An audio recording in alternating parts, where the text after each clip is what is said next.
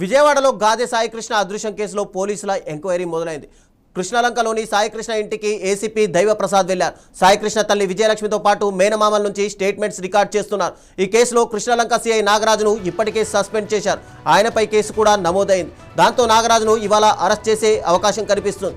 అలాగే సాయికృష్ణను కృష్ణలంక పోలీస్ స్టేషన్కు తీసుకొచ్చాకే మిస్ అయినట్టు ఆరోపణలు వినిపిస్తున్నాయి. దాంతో ఫోరెన్సిక్ నిపుణులు కృష్ణలంక పోలీస్ స్టేషన్కు చేరుకున్నారు. ఆధారాలు సేకరిస్తున్నారు.